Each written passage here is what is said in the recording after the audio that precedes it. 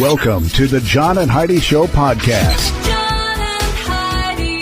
Here's John and Heidi. Thanks for listening to the John and Heidi Show on a Friday. Hey, baby, how you doing? Oh, I'm good. It's a Friday. How can you be anything but good? Coming up later in the program, we got a special guest. We are going to be talking... Oh, hey, I got to take my glasses off so I can see. It's way over there. Saraparetsky. I hope I'm saying that right. She's the author of a book called Fallout. I know I'm saying that right. So we're going to be visiting with Sarah here in a little bit on the program, talking about her book, Fallout. Also, got a quote today from Selma Hayek. She says, "I say that the most liberating thing about beauty is realizing that you are the beholder." Because they always say, beauty is in the eye of the beholder. So you are the beholder. There you go. So It's easy to say when you're Selma Hayek. She's not hard to look at, is she? No. Now, she's older than us, isn't she? I have no idea. I don't know how old she is, but she still looks fine. She and I have lost touch. You haven't stayed in touch lately? No, we haven't. Okay. That was a dumb question. At least I can admit that. We got some stuff going on today. We'll find out what stuff in a bit. John and Heidi. Today is a special day, Heidi. Do you know what today is? What is today, John? I thought you'd never ask. It's Friday, June the 9th. Today is Banana Split Day. Do you like banana splits? Not really. Do you like bananas? Do you like splits? I don't know what that means exactly. It's Donald Duck Day today. It is Poultry Day today as well, which, it's kind of ironic that it's Donald Duck Day and Poultry Day. Ryan Moran Day, Toy Industry Day, International Archives Day, and World APS or World Apps Day. I wonder if it's APS or if it's apps. Is it in all caps? All With periods? caps. It's APS. But there's no periods. Oh. So it's World Apps Day. There we go. All Apps would be APPS for applications. See, yeah, but appetizers, I think, are just APS. No. Are they APPS? I don't know. So it's World APS Day. And I'll have to Google that to see what that means. Hopefully it's something good. Again, of all these things, I think the coolest one on here is probably Banana Split Day, so I'm going to have to split and go have a banana. John and Heidi. I love watching TV shows and movies, but I hated seeing my monthly bill get higher and higher. All that money every month just to watch TV. Well, not anymore. We cut our cable. We were paying $185 a month for channels we didn't even watch. Now we pay for just the internet, and we save about $150 a month. And we still get to watch what we want, when we want, with no monthly fee. Learn how you can do this too at channelsurfertv.com. Watch the video there to learn how to watch movies and TV with no monthly fee. Do it today and save 50% at channelsurfertv.com.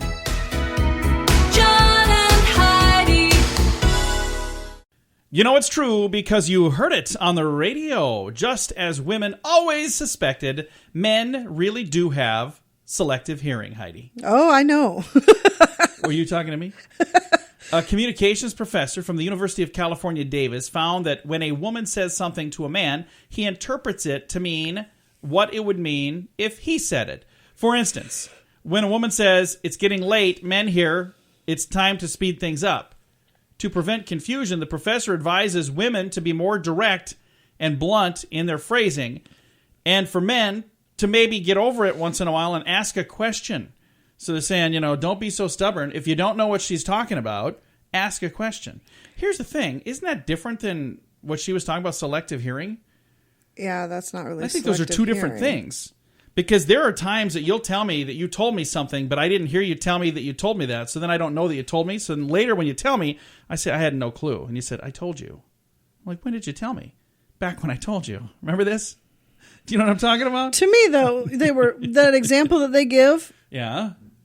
If I were to say it's getting late, it does mean let's speed things up because you talk and talk and talk. And then I say probably 15, 20 times. It's getting late. What does it mean? It's getting late. When you go get in the car and start the car and start to creep away, does that mean it's time to go?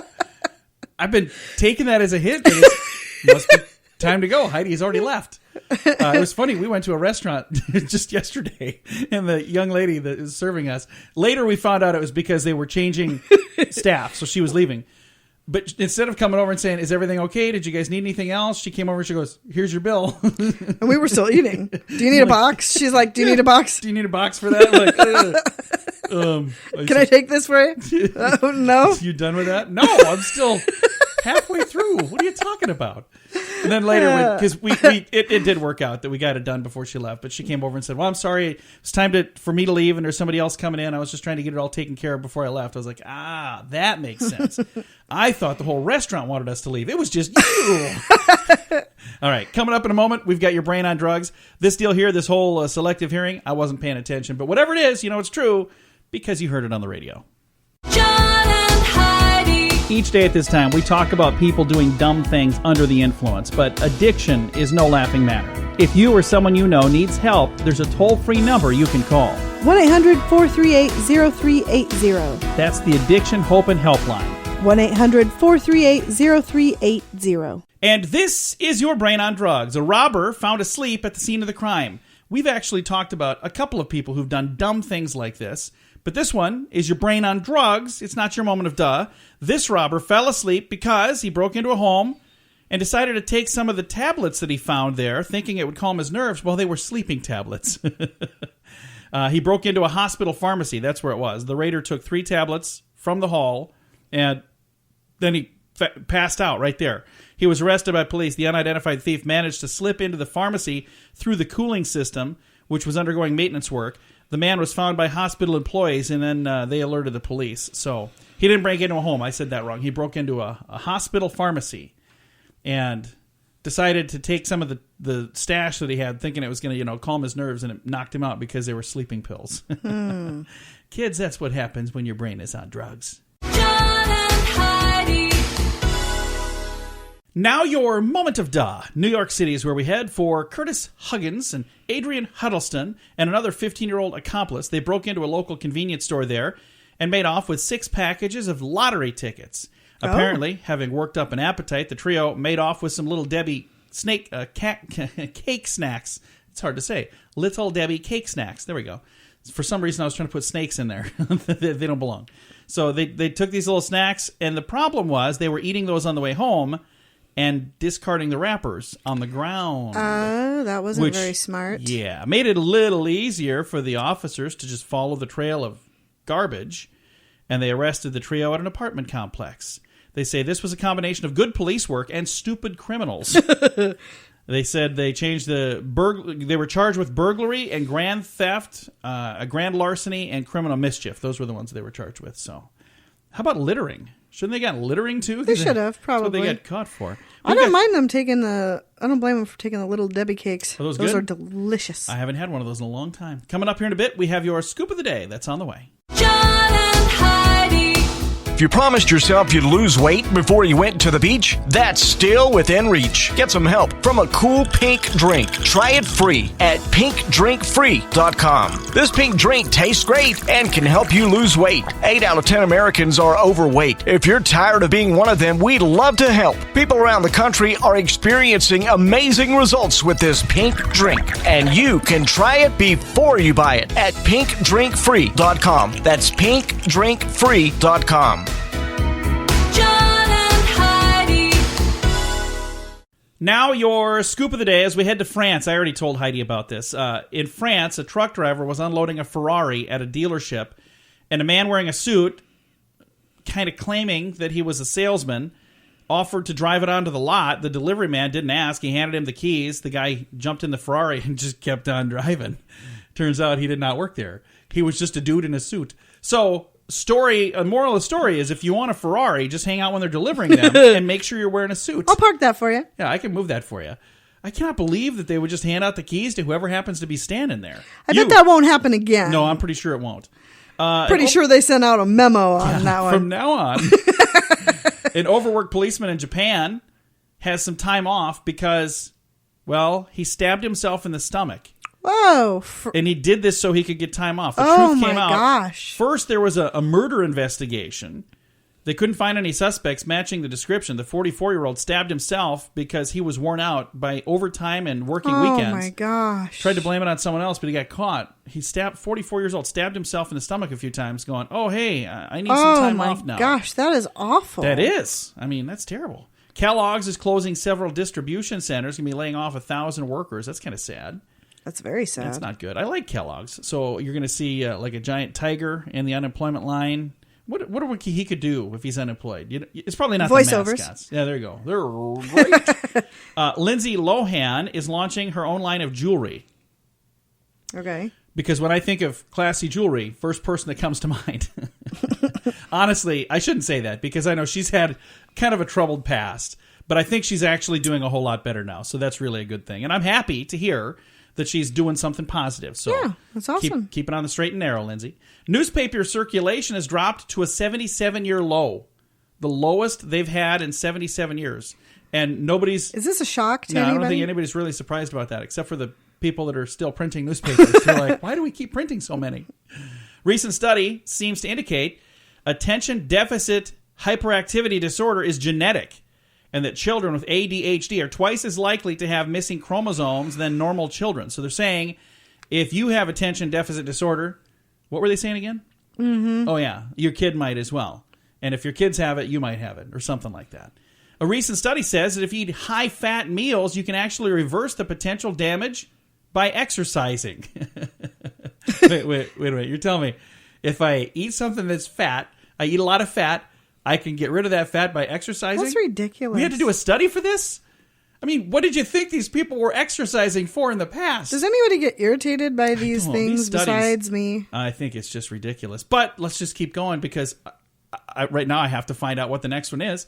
According to research at the University of Michigan, 26% of college students felt that they had suffered long-term emotional or behavioral problems from watching scary movies or scary television shows. 26% long-term emotional problems because they watched some scary movie. About a third of those said the problems lasted longer than a year. The younger the student was, the longer the effect lasted. So, okay, buckle up, Buttercup. Life is going to be tough. Oh, man, life is scary. I saw a scary movie, and now I'm not going to be able to sleep It's at a night. good thing you have all those safe spaces just at don't college. So you understand have a that. place to go lay down in the fetal position So while you 26%. get over your scary This movie. was in Michigan. I mean, that you think of Michigan seems like a tough state. I mean, just to live there, you got to be kind of tough.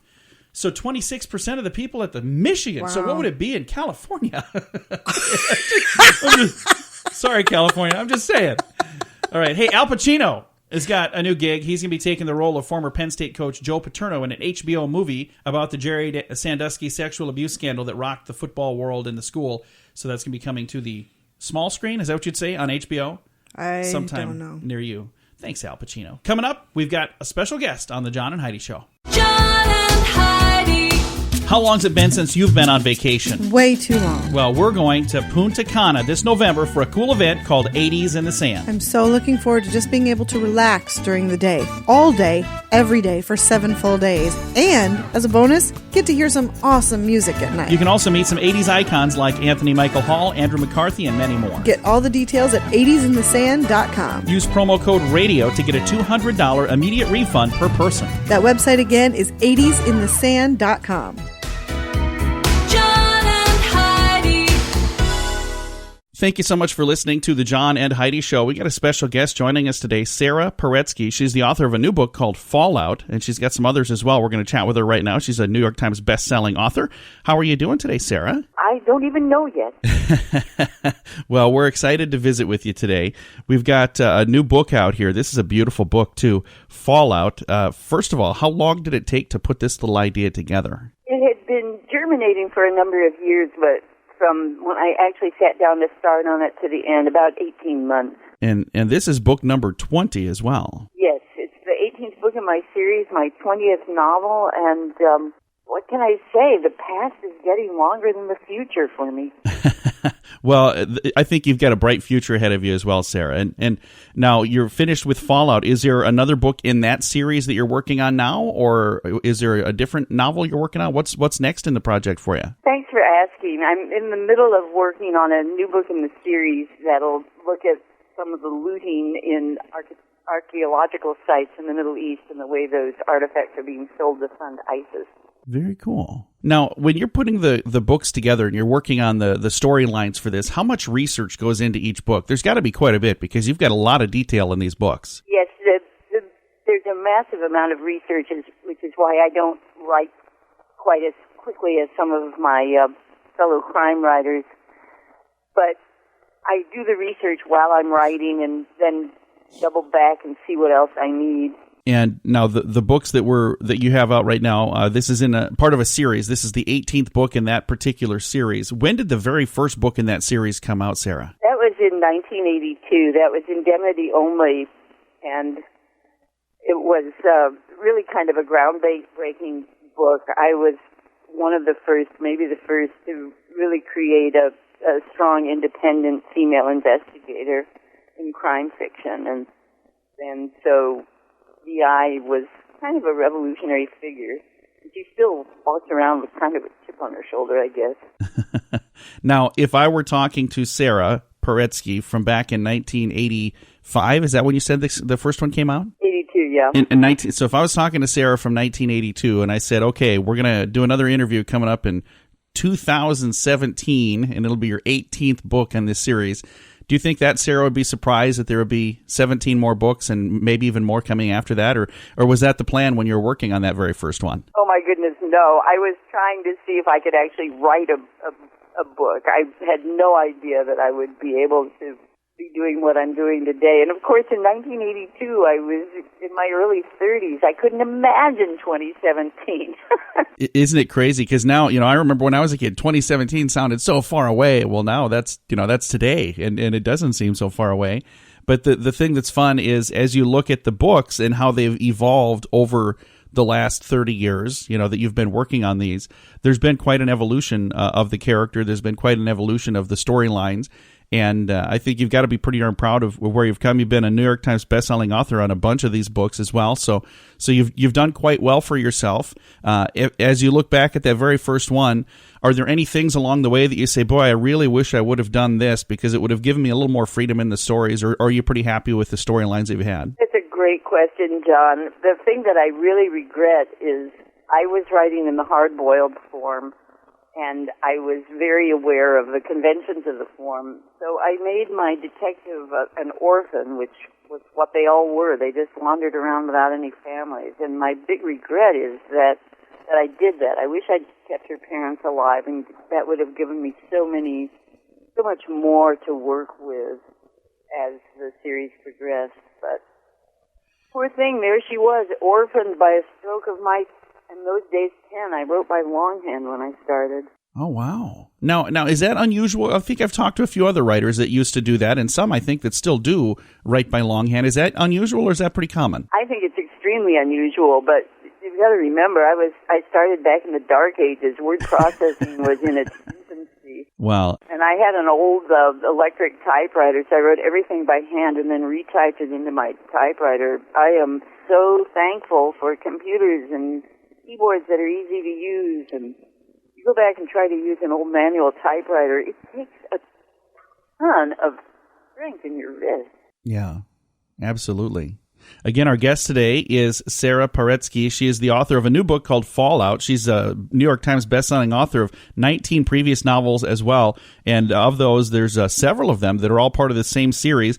In the series, in addition to VI, the main character, there's also another character that we got to talk about, Peppy, her puppy dog. Now, how important is Peppy in the series? Peppy is really important. Peppy was named for a friend's golden retriever. I used to make fun of the family dog because I thought that they were ludicrous in the way they adored their dog. And then I got a golden retriever and became equally ludicrous. And so when I gave the a golden retriever, I had to name it for the family that I used to make fun of. I had to name it for their dog.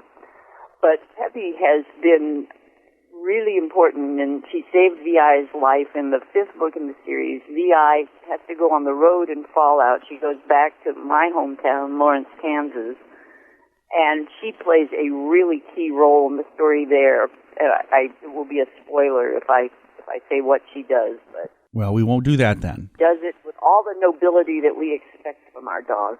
There you go. Well, Sarah, thank you so much for taking the time to chat with us, and thank you for putting out another book in the series, and we're excited to see what comes next. Well, thank you very much, John. I appreciate your time. Again, our guest today, Saraparetsky. She is the author of Fallout. It's the new book that's out right now. And again, she's got several others. So if you haven't had a chance to read those, you got some catching up to do. Right now, Fallout is available wherever fine books are sold. And again, our guest today has been Saraparetsky. Thank you for joining us on the John and Heidi Show. John and Heidi. Would you like custom t-shirts for an event or sports team? We understand that usually the budget's not unlimited. We have full-color custom printed t-shirts for just $7 each. That's one of the best prices you'll find anywhere. No minimum orders, so you can print just one or print 1,000. The price is just $7 per shirt with a minimal setup fee per design. Make the memories of your next event last forever or help your team look amazing with a little help from CustomShirtInc.com. That's CustomShirtInc.com. John and Heidi.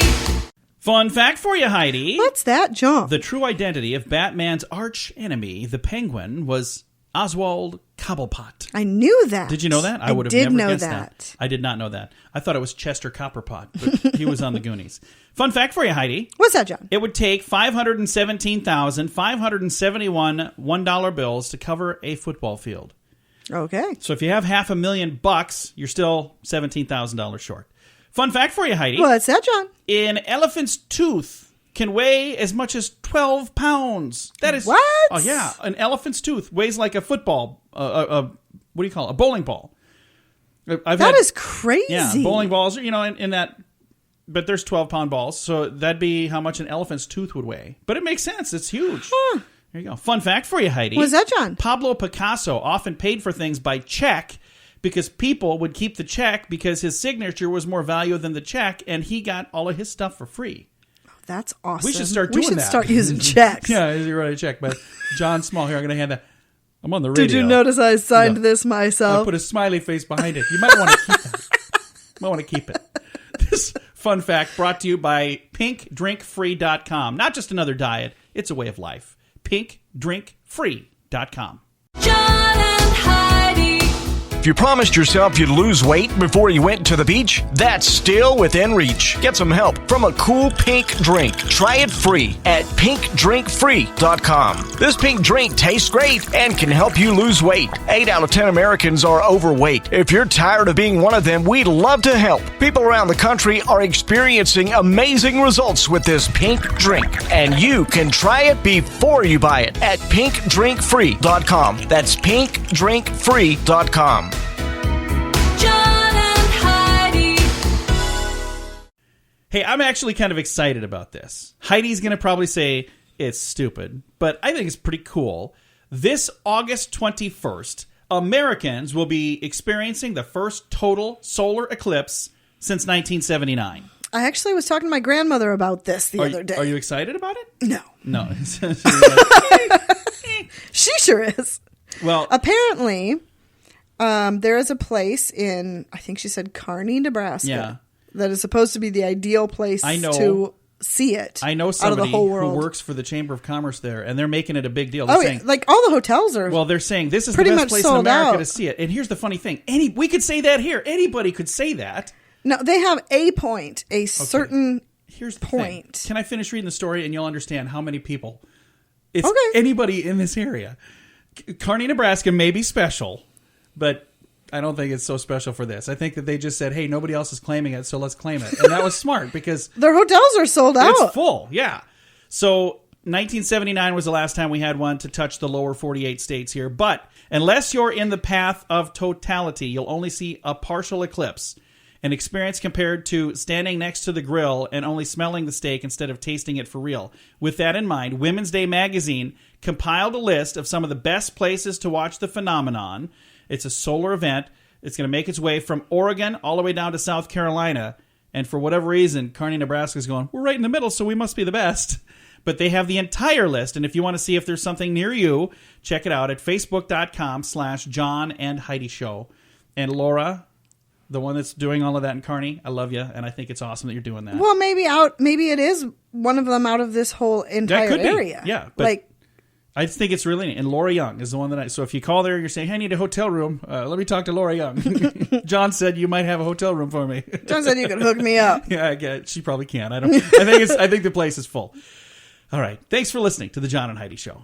John and I love watching TV shows and movies, but I hated seeing my monthly bill get higher and higher. All that money every month just to watch TV. Well, not anymore. We cut our cable. We were paying $185 a month for channels we didn't even watch. Now we pay for just the internet, and we save about $150 a month. And we still get to watch what we want, when we want, with no monthly fee. Learn how you can do this too at channelsurfertv.com. Watch the video there to learn how to watch movies and TV with no monthly fee. Do it today and save 50% at channelsurfertv.com. John and Heidi. Thanks for listening to the John and Heidi Show on a Friday. January of this year, a young lady by the name of Emily Rudlow of Toronto finished running 10K. That's 6.1 miles. So she ran a 10K, not a 5K. Double that. 10K, Heidi. Alrighty. That's two 5Ks. Every day for 31 consecutive days is how long she was doing that. So 10K every day for 31 days. She was just getting started. Emily's now undertaking a bigger quest to set a Guinness World Record by running a half a marathon for more consecutive days than anyone else. To do that, she'll run a half a marathon a day for 70 days. What is she running from? I mean, that's a lot of running. Emily, that's awesome. Here's the thing. This last weekend, I don't know if you guys know this, I actually participated in a marathon this last weekend.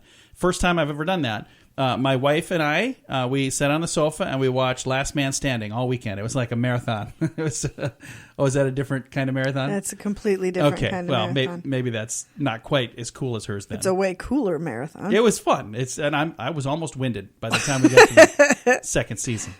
John and Heidi. A recent website survey from eHarmony reveals that men who use their dating website are uninterested in women whose hobbies include using the computer, volunteering, reading, watching TV, and going to the movies. In short, men are not interested in women who have hobbies that are anything other than, I guess, making out with men. So what hobbies are you looking for, guys? That is exactly your dream girl. That is What's that? exactly that description. Volunteering, I like that. Using the computer, you're good at this stuff. You're not so good at volunteering. You're voluntold once in a while. I'm like, hey, you're going to do this. You're like, I'm not doing that. I'm like, I already said you would. So unless you want to let down the children, I think you're going to do it. Using the computer, volunteering, reading, watching TV, and going to the movies. Those are all things that you do. I'm just saying, if you were to set up a profile, these are my interests, this is what I'm looking for. Perfect. That is exactly what I'm what it looking would for. be. So I'm the only guy looking for that, apparently. Everybody else is looking for something else. And whatever it is, they're not finding it. John and Heidi.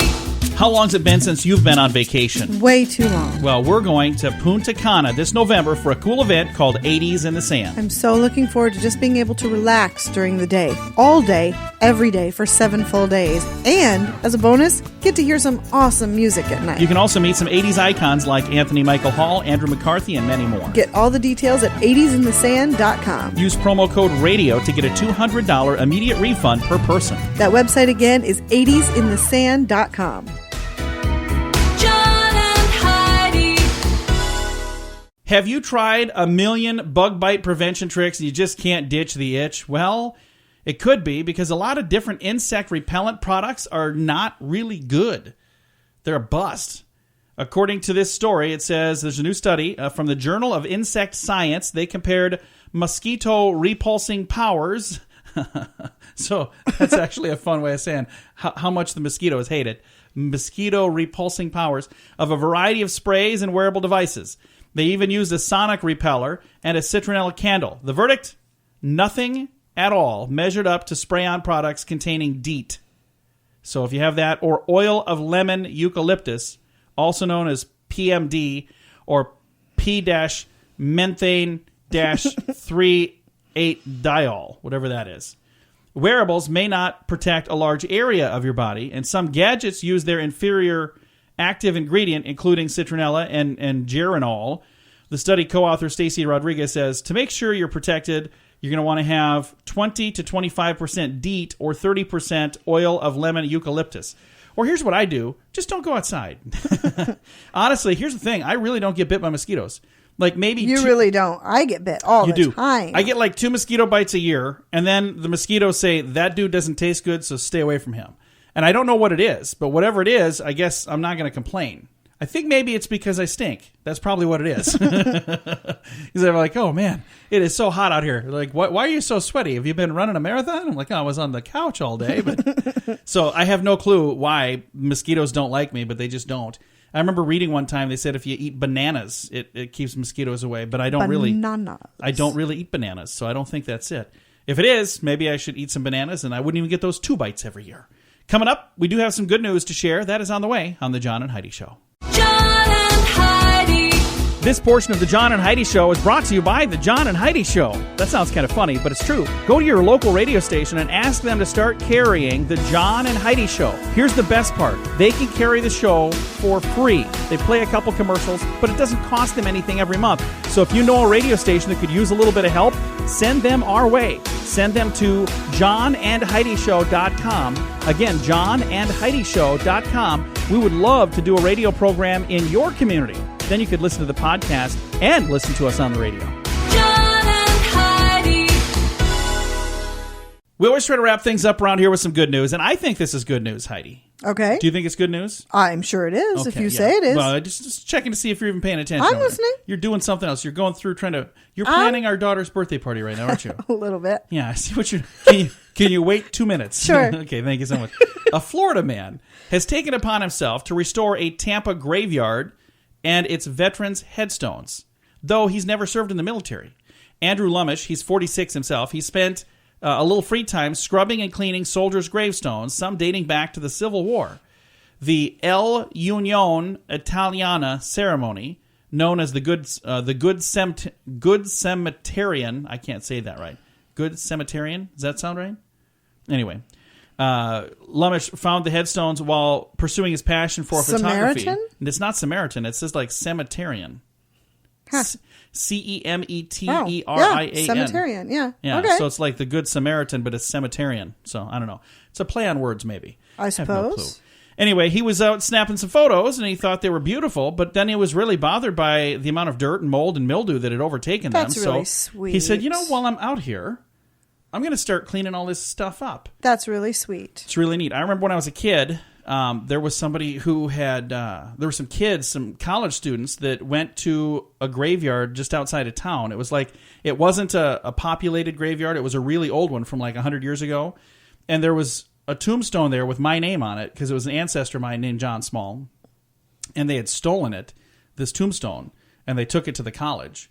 And when I was a little kid, I remember we went and picked it up at the police station. We took it out and put it back out there. But it was so weird because I'm looking at that going, my name is on a gravestone. Huh.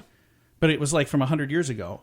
But it was the same kind of thing. This little cemetery was kind of overgrown, and we tidied it up, but not nearly as nice as what he did. If you want to see all the details, I have a link on our Facebook page, facebook.com/John and Heidi Show. Time to say goodbye, Heidi. Goodbye, Heidi. Goodbye, everybody. Have a great Friday.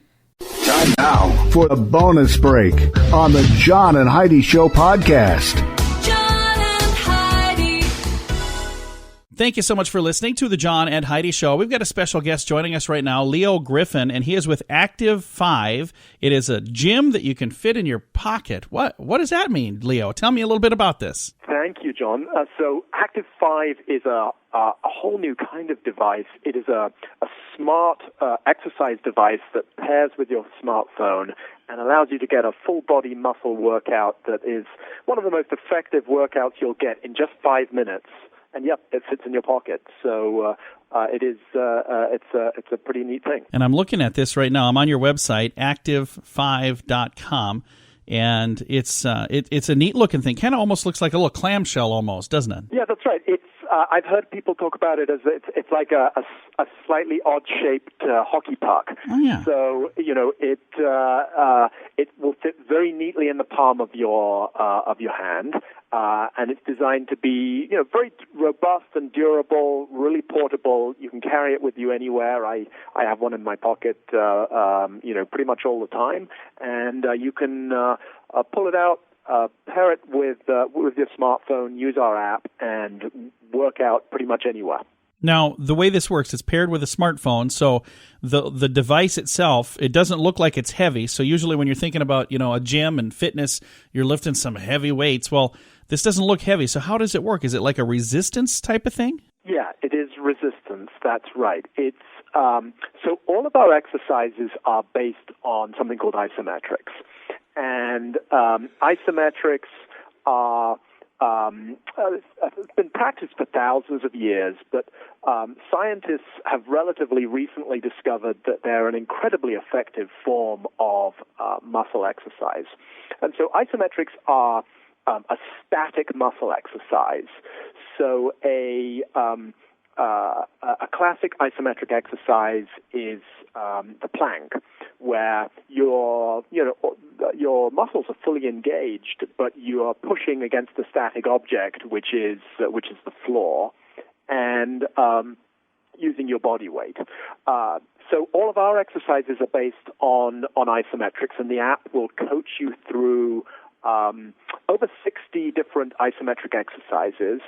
And the Active 5 basically is there measuring the muscle force and helping to coach you and gamify the exercise experience. Now, how did you guys come up with this idea? This is a really cool idea, this little device, and it fits in your pocket, so it's like, like we were saying earlier, like a gym that fits in your pocket. Who came up with this idea, and how did you guys come up with this idea? Yeah, so my business partner, who's an inventor and a scientist, travels a lot, and he realized that it was important for him to be doing more strength training and more exercise. Every adult should be doing strength training a few times a week. It makes a huge difference to our happiness and our overall health. But he struggled to do that because super busy guy. He's a parent with 5 kids and an investor and runs multiple companies and travels around. So he was looking to find a way of regularly exercising, and he just couldn't find anything that worked for him. So he said, "This is a problem that I've got to be able to solve," and came up with this idea. And we've taken exercise science, behavioral science, lots of device engineering and information technology, and over a period of about 5 years, pulled together, all of the different, the best of all of these different sciences that we can find to create a product that really works for people and takes away a lot of the excuses or reasons why people can't achieve their own workout and fitness goals. And it looks cool too, which is nice. Thank you. Yeah, it's kind of a cool looking, funky tech device, and we've got the apps I think look beautiful, and then we've actually got half a dozen casual games that you can play with it too. So yeah, it's fun and looks great, and I think whenever you pull it out of your purse or your pocket and show people, like, oh wow, what's that? That's really interesting. And I'm on the website right now. Again, it's active5.com. It's ACTIV, the number 5.com. And I see on here that you guys were the best new fitness gadget 2015 from Popular Science, Rock Health, top 10 most innovative companies, Wired Health, top 20 in the world, new products in London, Technology 50, top 10 product at the Consumer Electronics Show, Coach, top 20 fitness products. So you guys have gotten rave reviews and have had a lot of very positive things. But the thing that matters more to most people is the results that they get. So have you seen some specific results that people have gotten from this that have been pretty positive as well? Yeah, so we've had some rave reviews from the press, which is great. We've only just launched, so we were sending early prototypes out to the press who loved it, and we're now just making it available to the general public. Yes, we have seen some great results. So we created something called the Active 5 Challenge, which is 5-minute workouts that you complete 3 times a day. So one at breakfast, one at lunch, and one in the evening. And what we found is that we had an independent company run a test of people doing the Active 5 Challenge, and we found that on average, after 6 weeks of using the Active 5, people gain 30% strength. So they get 30% stronger from just a few minutes of exercise a day, which I think really speaks to the incredible efficiency of this product. People also lose weight. They burn body fat, so they lose pure body fat. They're typically losing a pant size or a dress size or 2. over that period of time. And then there are some great mental health benefits as well. All of those endorphins that, Active 5, working out with Active 5 causes your body to release, they help to make you happier. They help to make you sleep better.